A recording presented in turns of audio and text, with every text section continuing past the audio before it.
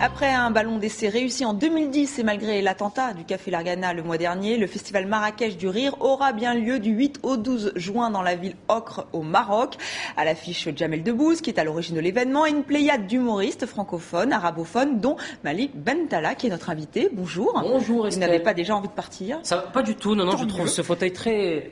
Ouais, on peut parler comme ça, vous savez, comme dans les reportages. Voilà, donc Malik Bentala qui est donc... là, anonyme. Alors, vous êtes le protégé de Jamel Debbouze, on va y revenir dans un instant. Oui. Mais un mot déjà du contexte. Allez, on va être sérieux, Malik Bentala. D'accord, on va regarder. Non, parce qu'on va parler effectivement, il y a eu l'attentat. Est-ce qu'à un moment ou un autre, on a remis en question l'événement ou pas du tout? Vous êtes très jolie, Estelle, déjà pour commencer. Vous êtes très belle, très joli sourire, franchement. Au niveau de l'attentat, c'est vrai que ça n'a pas été, ça a été remis en cause, mais ça aurait été une erreur de l'annuler le festival parce que ça aurait voulu dire que le mec qui a fait ça a réussi son truc, quoi. Donc non, Jamel a eu les autorités sur place pour renforcer la sécurité et puis surtout la ville de Marrakech continue de vivre grâce à ce festival. Elle va reprendre goût un petit peu à la vie, cette place Jemaa El Fna, et ça va repartir. Et vous me disiez que même certains humoristes comme Gad Elmaleh ont dit oui justement pour montrer qu'il fallait continuer, qu'il fallait pas se laisser. Bien sûr, hein, Gad a de suite répondu présent à l'invitation de Jamel. Plein d'artistes ont revu leur cachet à la baisse. Vraiment, ça s'est fait le plus naturellement du monde. C'est des gens qui ont eu envie de venir. Surtout, tous ces artistes que vous voyez ont eu envie de venir dès l'instant où Jamel les a invités, quoi. Donc, alors vous allez être sur scène, bien sûr. Est-ce que vous allez jouer un extrait de votre spectacle solo? Malik Bentala se la raconte. Ouais. On a pu le remarquer. C'est ça. Je suis là, juste pour savoir, je suis là. Parce que vous pouvez remettre l'image juste pour que les gens sachent. Mais alors après, vous êtes dans l'ombre. Revenez dans la lumière. Non, mais parce qu'il faut qu'on me voit sur l'affiche de Marrakech. Voilà. Il y avait Marrakech. Oui, on vous a vu, vous étiez en bleu, vous aviez un très beau t-shirt. Voilà, bleu. Je suis là. Voilà, ici. Exactement. Ici. Donc vous n'avez pas adapté vous n'avez pas écrit un spectacle en particulier, ça sera un extrait. Pour Marrakech? Oui. Je n'ai pas écrit un spectacle, vu que moi je vais faire partie du gala, donc on sera plusieurs artistes, mais il y aura bien évidemment des vannes et des extraits qui concernent les Marocains et le Maroc, bien évidemment. Donc vous inspirez de votre vie pour votre spectacle solo. On va en voir tout de suite un extrait. Donc Malik Bentala cela raconte. Ceux qui m'ont vraiment blessé à l'époque, moi, c'est les élèves que j'appelais les nerveux. Genre d'élèves, t'arrives à l'école de bon matin, à 9h du matin, tu mettais un pied dans la cour de récréation, ils te mettaient des coups de pression pour rien. T'arrivais, ils te faisaient « Je vais t'attraper à la sortie à 4h30 sur la tête de ma mère, t'es mort, tu vas voir !» Tu vas voir. Moitié arabe, moitié gitan. Sur le Coran de la caravane, tu vas voir. Ah mec, t'es mort ce soir, t'es mort. Et tu croisais son regard après en cours, il était là.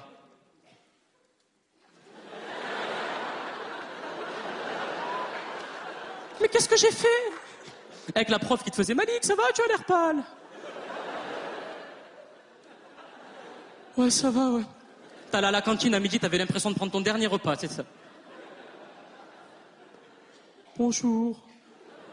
Je vais prendre une île flottante. Voilà. Et mettez-moi du porc, oui.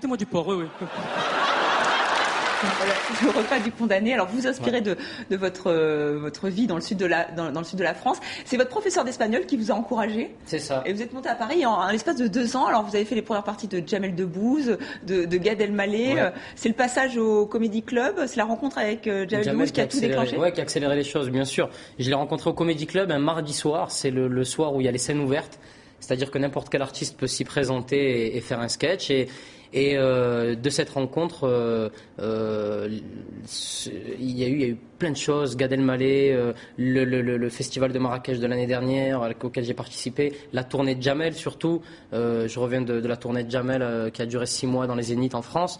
Donc ça a été vraiment C'était un peu un modèle pour vous, Jamel Debbouze. Vous vous êtes dit quand vous avez commencé, peut-être je sais pas, dans votre chambre, vous vous êtes dit moi je veux être Jamel Debbouze. Moi quand je jouais au foot, je voulais ressembler à Zidane et c'était plus difficile par rapport au beat, tout ça. Mais c'est vrai que sur scène, des mecs comme Jamel, comme Gad, comme Florence par la suite, Foresti, c'est des gens qui ont un talent extraordinaire et qui font envie quand on les voit sur scène.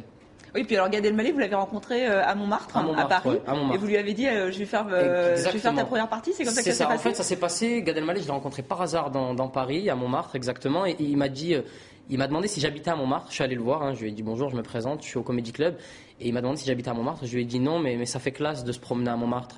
Il a ri, il m'a dit écoute, tu fais quoi ce soir? J'ai dit rien. Il m'a dit viens faire ma première partie. Et ça s'est fait vraiment, c'était un coup de chance, quoi. Ouais, mais c'est presque trop beau pour être vrai. Alors vous parlez beaucoup de votre vie personnelle dans vos spectacles. Est-ce que ce qui se passe, par exemple en ce moment dans le monde arabe, les révolutions arabes, est-ce que vous avez envie d'être plus politique dans vos prochains spectacles ou pas? Je pense qu'on décide pas d'être politique ou de ne pas l'être. On se dit pas du jour au lendemain bon, je vais maintenant parler de politique. Mais est-ce que ça peut vous inspirer? Bien sûr, ça peut m'inspirer. Il faut que ça me fasse marrer. Après, je peux parler de tout, mais il faut que ça me fasse marrer. Moi, je trouve que des gens comme Stéphane Guillon le font très bien. Moi, j'étais un grand fan de Pierre Desproges.